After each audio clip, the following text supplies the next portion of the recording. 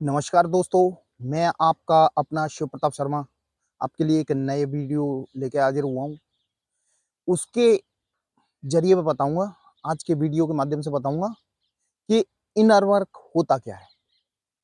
बहुत से लोगों की डिमांड आ रही है कि सर आप एक इनर वर्क पे वीडियो बनाएँ, तो मैं बहुत सारे लोगों की डिमांड के ऊपर आज मैंने ये वीडियो बना रहा हूँ कि इनर वर्क होता क्या है?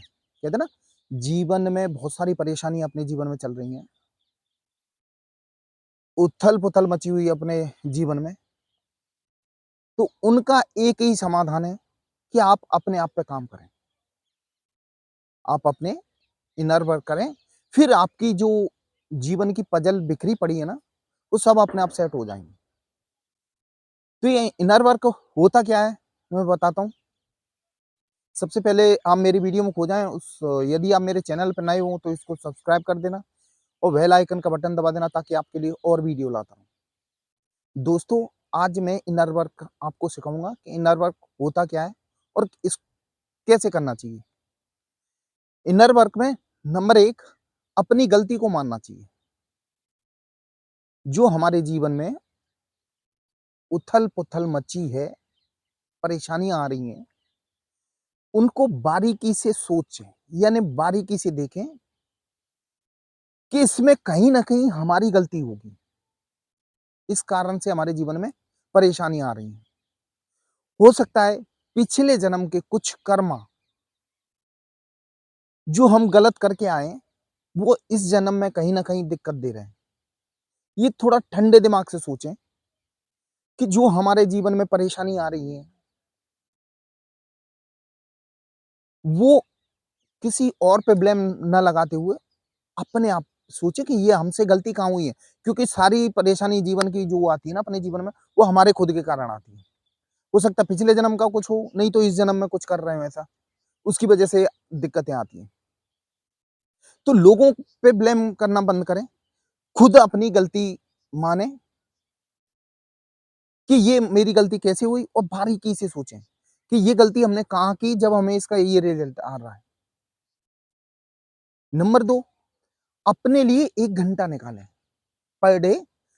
मुझे पता है कि आज के जीवन में सबकी बिज़ी लाइफ़ है, लेकिन अपने लिए 1 घंटा निकालना बहुत ज़रूरी है। क्या होता है ये मैं आपको एक कहानी बताता हूँ कि एक जगह लकड़ियाँ काटने का काम चल रहा था। पेड़ काटने का काम चल रहा था, तो वहाँ पे एक व्यक्ति गया, व्यक्ति से मैनेजर उसको व्यक्ति को काम की ज़रूरत थी, तो मैनेजर से पूछता है कि बोले हमें काम मिलेगा यहाँ पे? तो बोले हाँ, मिल जाएगा कोई दिक्कत नहीं। तो बोले मैं करना चाह रहा हूँ, मैं काम करने के इच्छुक हूँ। तो बोले आप ऐसा करो, आप अभी से काम चालू कर दो। उसने एक कुल्हाड़ी ली, उस व्यक्ति को दे दी। बोले यहाँ पेड़ काटने का काम है, तो कभी भी यहाँ तो चलता रहता है। चलो अभी से चालू हो जाओ आप। वो व्यक्ति गया, पेड़ काटे। पहले दिन उसने जब काम की शुरुआत की थी, उसने 10 पेड़ काटे। उसने 10 पेड़ काटे। दूसरे दिन वही व्यक्ति, वही कुल्हाड़ी उसकी, सिर्फ़ 8 पेड़ कटे उससे, वही टाइम। तीसरे दिन वही व्यक्ति, वही कुल्हाड़ी, वही सेम टाइम, लेकिन उससे 6 ही पेड़ कटे।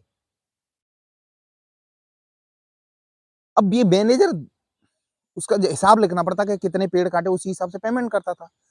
तो उसको बोलता है कि यार धीरे-धीरे तुम पेड़ कम होते जा रहे हैं, क्या? कुछ समझ में आ रहा है क्यों कम काट रहे हो? तो बोले वो व्यक्ति बोलता है, बोले मेरी कुछ समझ में नहीं आ रहा, मैं तो बराबर अपना काम करता हूँ, पेड़ बराबर मैं मेहनत कर रहा हूँ, डेली लगाता हूँ, उतनी ताकत डेली अब भी लगा रहा हूँ उसमें, लेकिन वो पेड़ कम क्यों कट रहा है मेरी समझ में नहीं आ रहा। तो वो जो मैनेजर था वो उस व्यक्ति को बोलता है, बोले ये बताओ, आपने अपनी कुल्हाड़ी को धार दी? उसको पेड़ काटने के बाद धार लगाते हैं, मतलब वो यानी वो और नुकीली हो जाती है कुल्हाड़ी, ऐसा कुछ किया? तो वो व्यक्ति बोलता है कि बोले हमें टाइम ही नहीं है इतना। बोले इतना टाइम काहे को उस पे धार लगाएँ, हमें तो पेड़ काटने की पड़ी रहती है। तो उसने बोला, मैनेजर ने उस व्यक्ति को बोले आप एक बार धार लगा के देखो, फिर ये पेड़ काटना। फिर उसने अपने कुल्हाड़ी पे धार लगाई और पेड़ काटे तो फिर वो 10 कट गए। दोस्तों मेरा कहने का मतलब ये है कि अपने जीवन में, ये व्यस्त जीवन है ना, व्यस्त, व्यस्त नहीं, जो लोग बोलते हैं कि मेरा जीवन बहुत व्यस्त है, मेरा मानना है वो व्यस्त नहीं, अस्त-व्यस्त है। आप जीवन में अपने लिए 1 घंटा नहीं निकाल सकते, तो आपका जीवन अस्त-व्यस्त है। यदि आप अपने आप पे धार यानी अपनी ज़िंदगी के में सुधार नहीं करोगे, अपनी हेल्थ से लेके, खाने-पीने से लेके, यानी तो आपका जीवन अस्त-व्यस्त है। अपने ऊपर वर्क करना है, ठीक है? और अपने आप को 1 घंटा देना है। आप उसमें ध्यान भी कर सकते हो, व्यायाम करो और अच्छी-अच्छी मोटिवेशनल बुकें पढ़ो। यदि आप अपने आप को 1 घंटा दोगे, तो आपका ये समझ लो 24 घंटे में आपका टाइम भी बढ़ जाएगा। क्योंकि उस उतनी ऊर्जावान शरीर हो जाएगा आपका, काम करने में अच्छा लगेगा और जो ध्यान करने से क्या होता है, हमारी ज़िंदगी में जो टेंशनें होती है ना, वो धीरे-धीरे खत्म होने लगती हैं। नंबर 3 दोस्तों, उपकार मानें, भगवान का उपकार मानें, कि जो हम सुबह हाथ जोड़ के भगवान के प्रति बोलना चाहिए कि जो हमारे जीवन में खुशियाँ, हमारी जो लाइफ़ दी है, उसके लिए बहुत-बहुत धन्यवाद। दोस्तों, मैं आपसे कहना चाहूँगा कि अपन लोग बहुत खुशनसीब हैं कि हमारे हाथ-पैर सलामत हैं, हमारा शरीर स्वस्थ है। कि ये लोगों की तो हाथ ही नहीं है, पैर नहीं है, बेचारे उनको पूछो, उनको आँखें नहीं है, उनको पूछो कि वो अपनी ज़िंदगी कैसे निकाल रहे हों। लेकिन आज के समय में वो भी अपना कभी हौसला डाउन नहीं करते और बराबर कुछ न कुछ करते रहते हैं। तो हम तो हष्ट-पुष्ट हैं, भगवान ने इतना अच्छा शरीर दिया है, सब कुछ दिया है, तो भगवान को धन्यवाद भी बोल सकते हो ना। यदि आप भगवान को धन्यवाद बोलोगे, तो आपके जीवन में एक अलग ही निखार आएगा और जितना ज़्यादा आप रोओगे जीवन में कि मेरे साथ ये हो रहा है, वो हो रहा है, ये लॉ ऑफ अट्रैक्शन काम करता है। जितना रोओगे आपके जीवन में और कचरा फैलता जाएगा।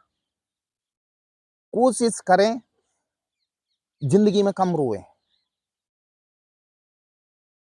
क्योंकि भगवान के यहाँ क्या सिस्टम मैं आपको बताता हूँ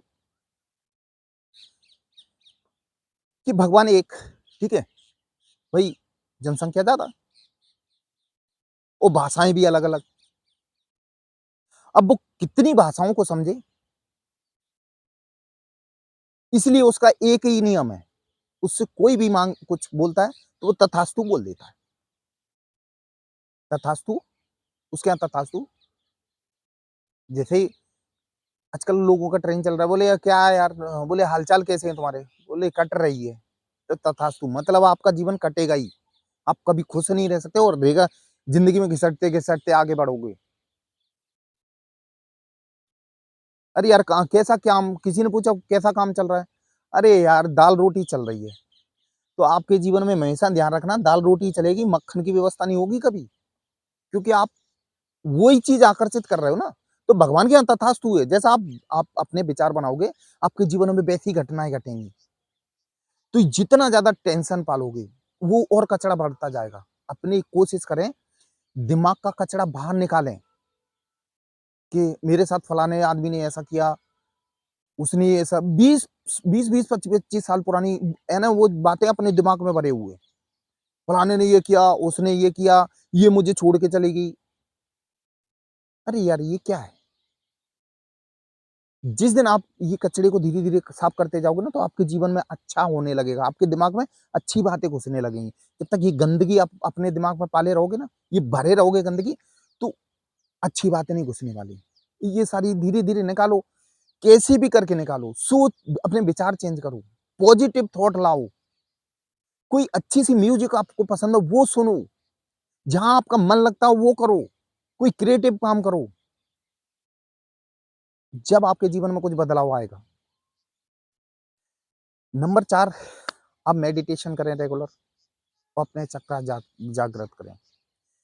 क्योंकि कहते हैं कि हमारे शरीर के लिए जितना भोजन ज़रूरी है, उतना मेडिटेशन भी ज़रूरी है।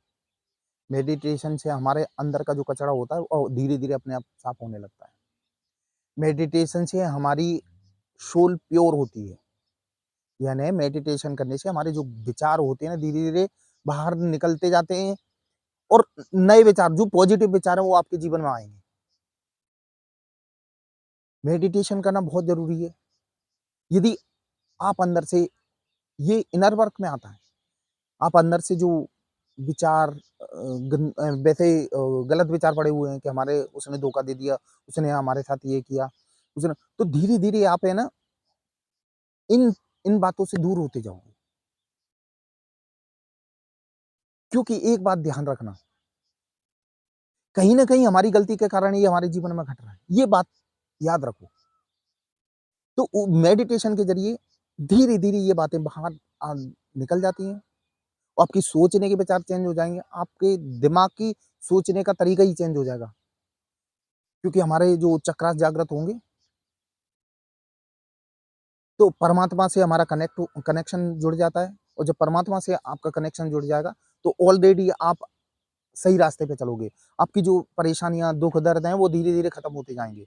मेडिटेशन से परमात्मा से जुड़ने का सबसे सरल उपाय है।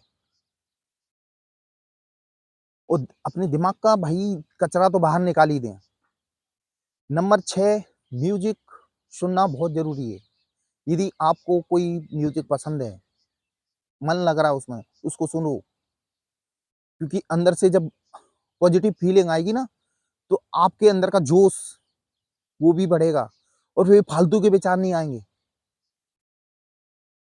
जब अंदर से आपकी ऊर्जा पॉज़िटिव हो जाएगी ना, तो फालतू के विचार नहीं आएँगे आपको।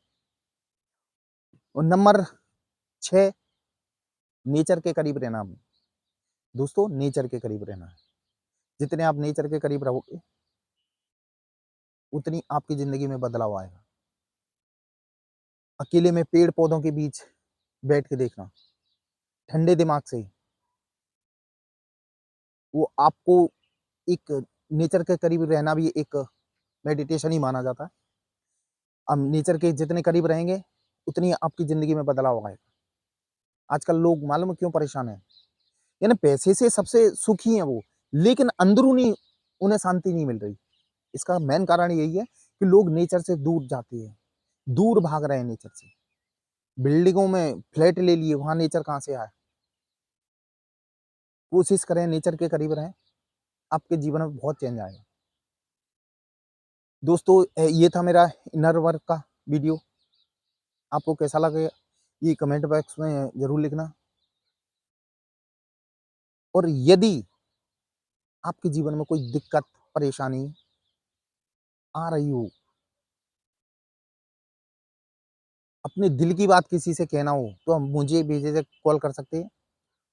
कोशिश करूँगा आपके जीवन की परेशानियाँ मैं सुलझाने की, क्योंकि मुझे नेम रीडिंग, फेस रीडिंग और हाथ की रेखाएँ देखना बहुत अच्छी तरह आता है। मैं कोशिश करूँगा आपके जीवन में चेंज लाने का। मेरा नंबर ये डिस्क्रिप्शन बॉक्स में दिया हुआ, वहाँ से आप कभी भी कॉल कर सकते हैं। दोस्तों, सबसे बड़ी खुशी मुझे है ये है कि आपका प्यार मुझे बहुत मिल रहा है। इंडिया से नहीं, बाहर से भी मेरे लिए कॉल आते हैं, तो मुझे खुशी होती है कि मैं किसी के काम आ रहा हूँ। क्योंकि मैं भी एक इंसान हूँ, और इंसान का ये फ़र्ज़ होता है, इंसान ही इंसान के काम आता है। दोस्तों, मेरा वीडियो देखने के लिए धन्यवाद। जय महाकाल।